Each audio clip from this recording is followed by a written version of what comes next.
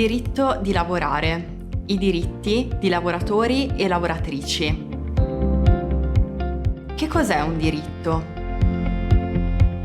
Un diritto è qualcosa che ogni persona ha il permesso di fare o di avere perché la legge lo garantisce.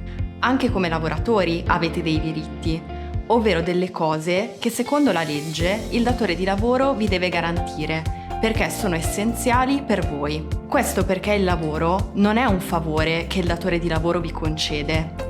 Il lavoro è un diritto di tutti e tutte.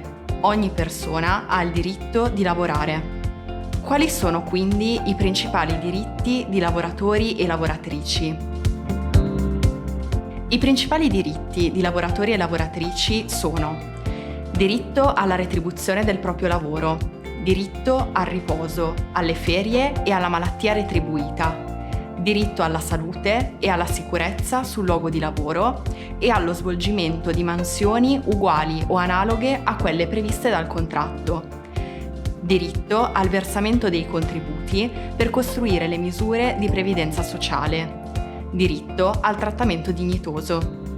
Vediamoli tutti nel dettaglio. Diritto alla retribuzione del proprio lavoro. Il lavoratore ha il diritto di essere pagato per il lavoro che svolge. La somma che riceve si chiama retribuzione.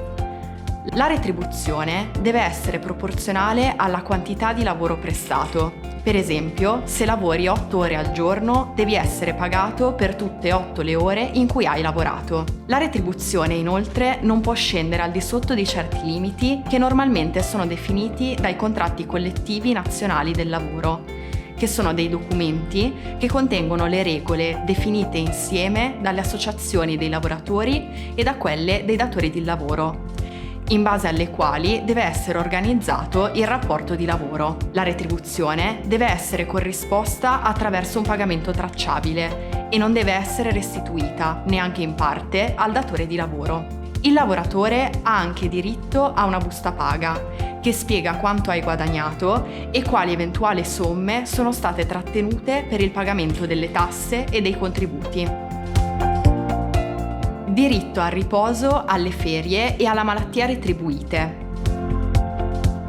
La legge e i contratti collettivi nazionali del lavoro stabiliscono dei limiti massimi di ore di lavoro che si possono fare in un giorno, in una settimana, in un anno. Il lavoratore ha il diritto che quei limiti non vengano superati. Significa che non puoi lavorare oltre questi limiti orari. Inoltre, durante una giornata lavorativa lunga, il lavoratore ha diritto a una pausa.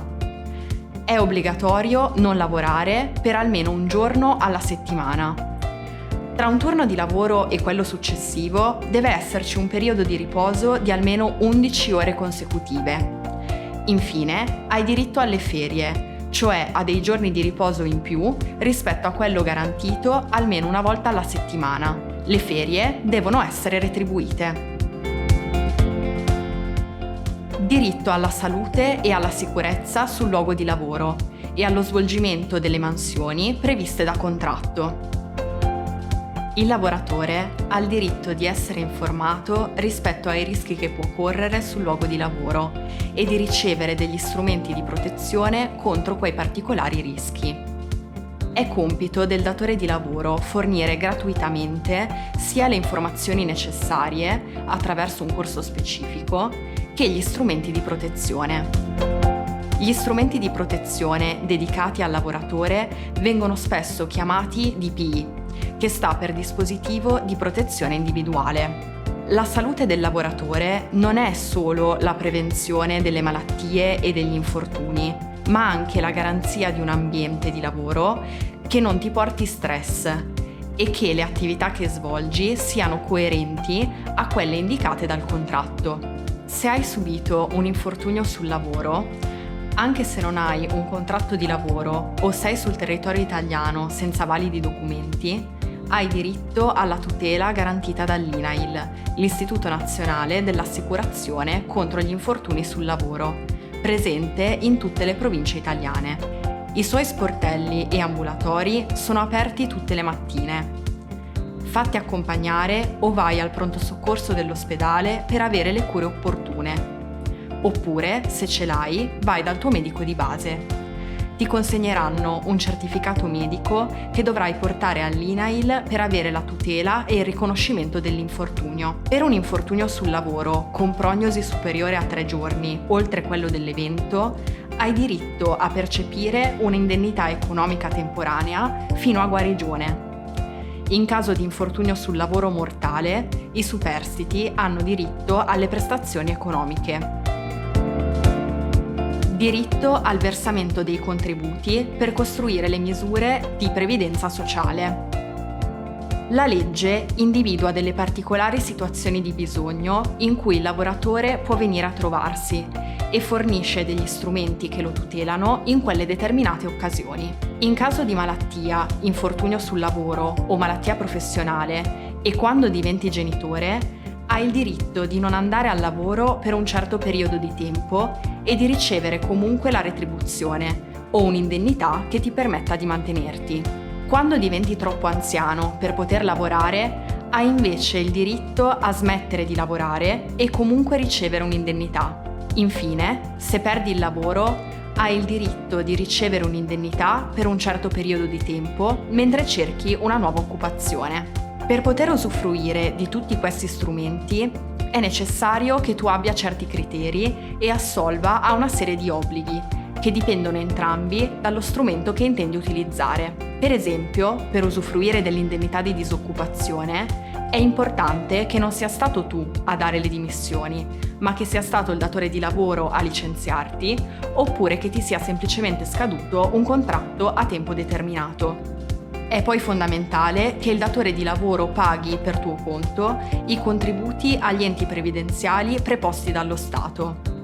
Si tratta di una parte di retribuzione che non ti viene consegnata direttamente, ma che compare in busta paga, come prova del fatto che il datore di lavoro ha assolto a questo suo importantissimo dovere. Diritto al trattamento dignitoso. Il lavoratore ha diritto a ricevere da parte del datore di lavoro e dei suoi collaboratori un trattamento dignitoso, quindi non può, per esempio, essere minacciato, né è possibile che venga fatta violenza nei suoi confronti. Che strumenti posso usare per far sì che vengano rispettati i miei diritti come lavoratore o lavoratrice? Il primo strumento su cui puoi fare affidamento perché vengano rispettati i tuoi diritti è quello del contratto, cioè un documento dove vengono indicate le condizioni di lavoro, come mansione, retribuzione od orario, e che il lavoratore deve leggere e firmare prima di cominciare la propria attività. Il contratto deve essere sempre prodotto in forma scritta e consegnato direttamente al lavoratore. Il contratto di lavoro è il primo passo per rendere il lavoro legale e per far rispettare quindi i tuoi diritti. Non è però l'unico strumento. È infatti fondamentale prestare sempre attenzione a eventuali punti poco chiari e, in caso di dubbi, rivolgersi gratuitamente ai sindacati o ai patronati o ai CAF attivi sul proprio territorio, oppure ancora all'ispettorato del lavoro.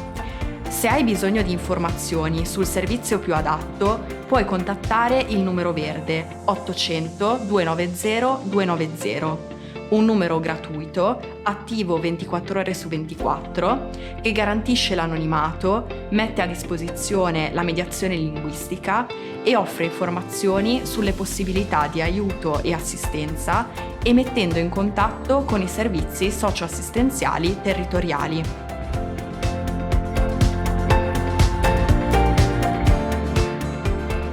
Hai bisogno di assistenza per una situazione in cui ti trovi o di cui sei a conoscenza? Chiama il numero 800 290 290.